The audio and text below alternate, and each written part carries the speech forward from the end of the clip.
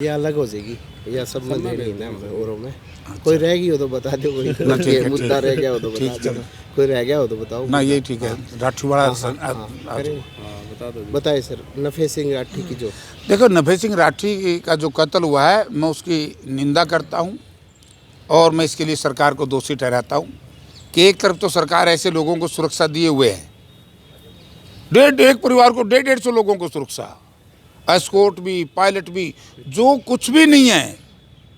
एक व्यक्ति ऐसा है, मैंने आदमपुर चुनाव में देखा, जो कुछ भी नहीं है, एस्कॉर्ट पायलट उसके पीछे। और जो एक नेता हमारा था, चाहे वो दूसरी पार्टी का था, हमारा भाई था, हमारे साथ एमएलए भी रहा है, उसके साथ जिस तरीके से अपराधियों ने उसका कत्ल किया है, ये घोर, मैं इसका विरोध करता हूँ। और मैं हरियाणा प्रदेश की सरकार से कहूँगा कि इसकी जांच सीबीआई से कराओ, क्योंकि जिस प्रकार का अब तक का हम सुन रहे हैं, उसमें सरकारी व्यक्ति, सरकारी तंत्र, सरकार में हाथ, उन लोगों का हाथ बताया गया है। तो सरकार की एक जिम्मेवारी भी थी उनको बचाना, सुरक्षा देना। सरकार सुरक्षा देने में फेल हुई, तो इसके कत्ल की जिम्मेवार सरकार है। कानून व्यवस्था कैसे? कानून व्यवस्था तो जीरो है। कानून व्यवस्था आपने देख ली, आए दिन महिलाओं के साथ दुराचार, आए दिन व्यापारियों के बच्चों का अपहरण, व्यापारियों का अपहरण, फिरौती मांगी जाती है, आए दिन कर्मचारियों के ऊपर लाठीचार्ज। और किसान की हालत तो ये कर दी, एक तरफ तो भाजपा ने शर्म आनी चाहिए, गठबंधन सरकार ने। और मैं तो कहता हूँ कि गठबंधन सरकार में जो लोग बैठे, जब एनएसए इम्पोज किया तो चौधरी भूपेंद्र सिंह हुड्डा ने असेंबली में मामला उठाया कि भाई किसानों पर एनएसए क्यों लगाया जा रहा है, गलत है, ना देशद्रोही है, ना ये आतंकवादी हैं। तो चौधरी देवलाल के परिवार के सब लोग वहाँ बैठे थे, किसी ने इशू नहीं उठाया।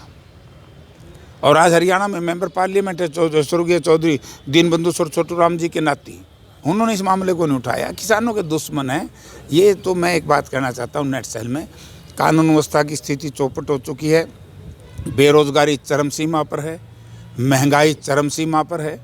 आज हर व्यक्ति अपने आप को असुरक्षित महसूस कर रहा है, इसी वजह से कि गठबंधन सरकार के जो मंत्री हैं वो बिना सिक्योरिटी के, जो अधिकारी हैं वो बाहर नहीं निकल सकते, उनको खुद को ही पता है इस बात का। सर, खेड़ी चौपटा में किसानों पे आंसू गैस के गोले छोड़े गए, धरने पे बैठे हैं। इससे भी आगे किया, घर में जा कर के औरतों को, हमारी औरतों को, जो घर में काम कर रही थी, उनको पकड़ पकड़ करके खींचा गया। पहला मौका है, घरों में टीयर गैस का इस्तेमाल किया, मैं इसकी निंदा करता हूँ। और किसानों का कसूर नहीं है। क्यों हाँ भरी भारत के प्रधानमंत्री जी ने, क्यों हाँ भरी हम एमएसपी देंगे? बार बार ये कह रहे हैं मोदी जी की गारंटी, मोदी जी की गारंटी। क्या ये मोदी जी की गारंटी नहीं थी? कौन विश्वास करेगा आज मोदी जी के ऊपर? बार बार ये जो गठबंधन सरकार के लोग हैं, खुद का कुछ नहीं, मोदी जी की गारंटी। अबे मोदी जी की तो ये भी गारंटी थी, मोदी जी की तो ये भी गारंटी थी कि 2022 तक मैं किसानों की आय दोगुनी कर दूंगा, 15-15 लाख रुपए खाते में दे दूंगा, 2 करोड़ बच्चों को रोजगार दे दूंगा। कहाँ है मोदी जी की गारंटी? और उन्होंने कहा था कि हमारी जो इकोनॉमी है ये ट्रिलियन कर दूंगा। तो आज वो होगी क्या? आज इंटरनेशनल मॉनेटरिंग फंड ने चिट्ठी लिख दी कि आप लोगों ने जो आपकी अर्थव्यवस्था है उसको इतना कमज़ोर कर दिया कि देश का कोई भी देश आपको कर्जा देने के लिए तैयार नहीं है। बहुत बुरी हालत है आपकी। मैं आपके चैनल के माध्यम से लोगों से कहना चाहूँगा कि यदि संविधान बचाना है, अर्थव्यवस्था बचानी है, महंगाई पर नियंत्रण लाना है, कानून व्यवस्था बनानी है और बेरोजगारी दर ख़त्म करनी है या कम करनी है, तो आपने कांग्रेस पार्टी का साथ देना चाहिए। आपके जो विधायक हैं, विधानसभा सत्र चल रहा है, किसानों को लेकर उन्होंने मांग उठाई है वहाँ? हाँ, क्या क्या जो मुद्दे उठाए? यही एक तो यही है कि किसानों के ऊपर एनएसए लगा दिया था बेईमानों ने। तो नया एनएसए होता है जो टेररिस्टों पर लगाया जाता है, देशद्रोहियों पर लगाया जाता है, वो किसान पर लगा दिया था। हुड्डा साहब ने मामला उठाया कि एमएसपी लागू करो, क्यों वायदा किया था आपने?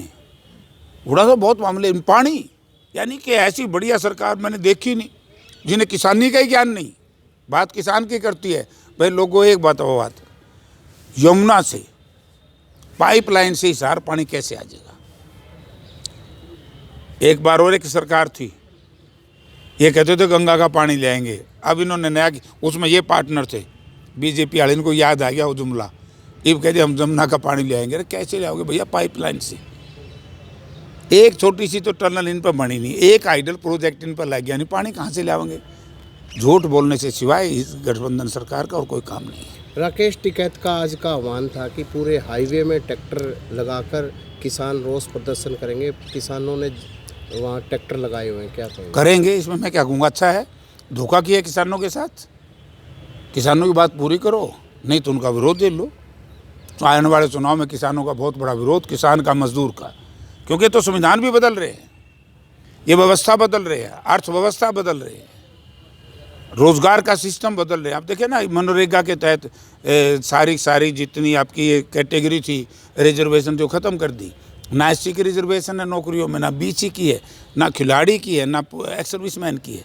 तो ये तो ड्रामा करके देश का सत्यानाश कर देंगे।